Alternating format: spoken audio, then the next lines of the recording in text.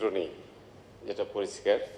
সুতরাং এখানে পর্যটন গড়ে ওঠার জন্য খুবই একটা সুন্দর জায়গা। সেখানে জলের কোনো অভাব নেই। সুবল সিং তুই সিন্তা বলে একটা জায়গা আছে, ওখানে ফরেস্ট ডিপার্টমেন্টটা কিছুটা পর্যটনের মতো করে দিয়েছে, ওইখানেই মানুষ পিকনিক করতে যায়।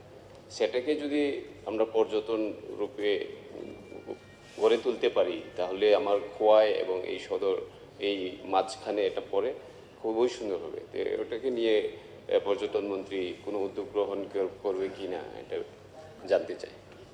মাননীয় অধ্যক্ষ মহোদয়, মাননীয় সদস্য বিশ্বকেতু দেববর্মা মহাশয় যেটা বলেছেন, নিশ্চয়ই আপনি জানেন আমাদের এবারকার বাজেটে দুর্গাবাড়ি চা বাগানে 15 কোটি টাকা সেখানে টি মিউজিয়াম করার জন্য একটা প্রস্তাব রাখা হয়েছে। তার বাইরে দপ্তরের আধিকারিকের সঙ্গে আমার কথা হয়েছে, মোহনপুর সিমনার যে বিস্তীর্ণ এলাকা, তাতে যে টি এস্টেটগুলো রয়েছে সেখানে লঘাট তৈরি করার মাধ্যমে আগামী দিনে পর্যটন ব্যবস্থাকে কিভাবে ঢেলে সাজানো যায়, সামনের দিকে এগিয়ে নিয়ে যাওয়া যায়, সে ব্যাপারেও আমরা আলোচনা করছি।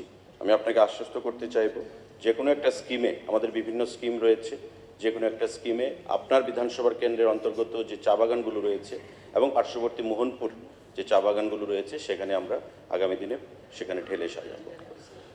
মাননীয় সদস্য স্যার, আমার একটা কে না সাপ্লিমেন্টারি জাস্ট আমার কথা শুনুন। একজন প্রশ্নকর্তা আছে, লাস্ট আর 1 মিনিটের মতো সময় আছে। নতুন আমি